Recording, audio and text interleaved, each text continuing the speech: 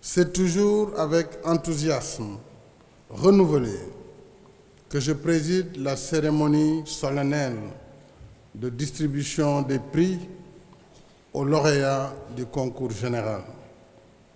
Parce que c'est le rendez-vous de l'excellence qui met à l'honneur depuis plus de 50 ans nos meilleurs élèves des classes de terminale et de première.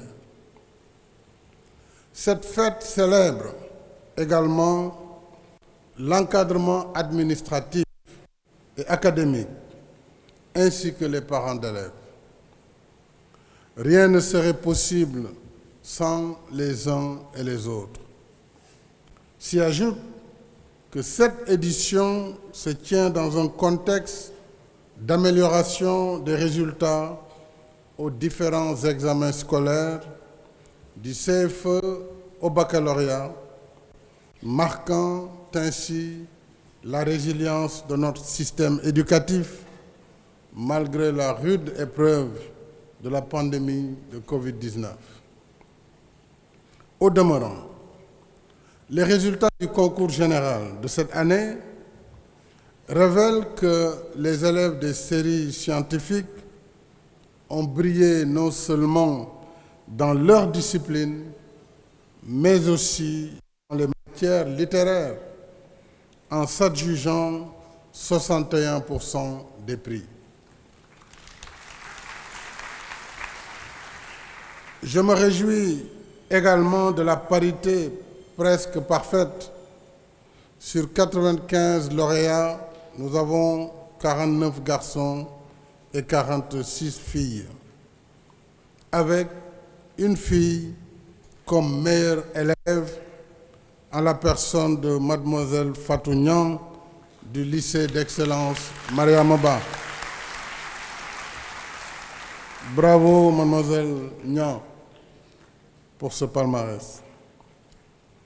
Je remercie et félicite vivement M. Maguette Dieye, excellentissime professeur, qui nous a gratifié de son discours d'usage, professeur de lettres modernes au lycée mixte Maurice Delafosse, pour, comme je l'ai dit, le brillantissime discours d'usage qu'il vient de prononcer.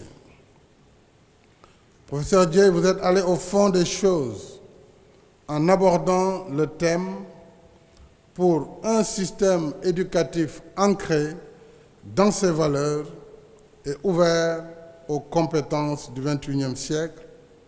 Quelle réforme curriculaire! Puisant dans un tréfonds multidisciplinaire, vous avez retracé l'évolution de notre système, mis en évidence ses forces et faiblesses et proposé des pistes de réflexion pour repenser et l'adapter aux exigences de notre temps. Je retiens de votre exposé la reconnaissance des efforts consentis pour notre système éducatif.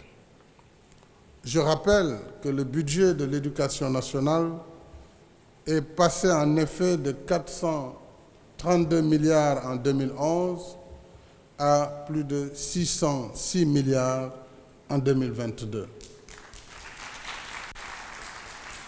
À juste titre, vous avez plaidé également pour un système éducatif enraciné dans nos valeurs de culture et de civilisation et ouvert au monde. En revisitant l'aventure ambiguë, vous rappelez pour la circonstance la dialectique des valeurs, de la tradition et de l'école moderne, question que Cheikh Hamidou Kane a posée il y a plus de 60 ans. En ces termes, peut-on apprendre ceci sans oublier cela? Et ce qu'on apprend vaut-il ce que l'on oublie? La question est d'actualité alors que notre société est percutée par la violence physique et verbale et la frénésie des fake news, de la manipulation et des réseaux sociaux. Dans ce tourbillon des temps modernes, la jeunesse semble en perte de repère, allant jusqu'à verser parfois dans un mimétisme de mauvais goût. Je pense à la pratique choquante et malsaine de violence sur des enseignants et de saccage d'infrastructures et matériel scolaire. Les agresseurs et les casseurs, qui constituent heureusement une infime minorité, n'ont pas leur place à l'école ni à l'université. Nous devons tous agir fermement pour mettre fin à ces dérives.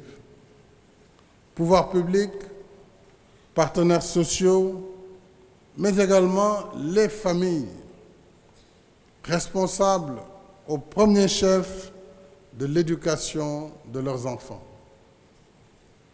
S'agissant de la réforme de notre système éducatif, elle pose, à mon sens, une double problématique: le contenu des enseignements et la façon d'enseigner.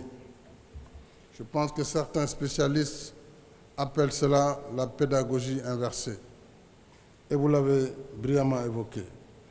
Les interrogations ne manquent pas. Pourquoi les filières scientifiques et techniques sont désertées?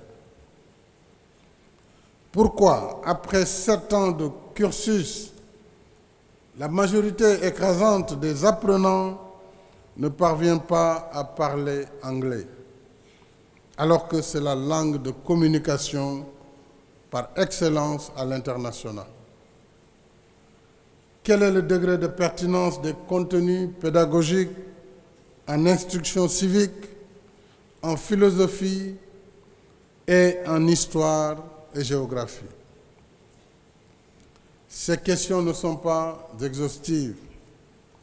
Elles méritent réflexion et réponse. Le curriculum scolaire doit davantage aider nos élèves à vivre leur temps, affronter les réalités d'un monde en mutation continue, en restant ancrés dans nos valeurs de culture et de civilisation et ouverts aux apports positifs de l'extérieur. En plus du savoir, il doit en même temps et surtout inculquer aux apprenants le savoir-faire et le savoir-être qui les prépare à la vie d'adulte.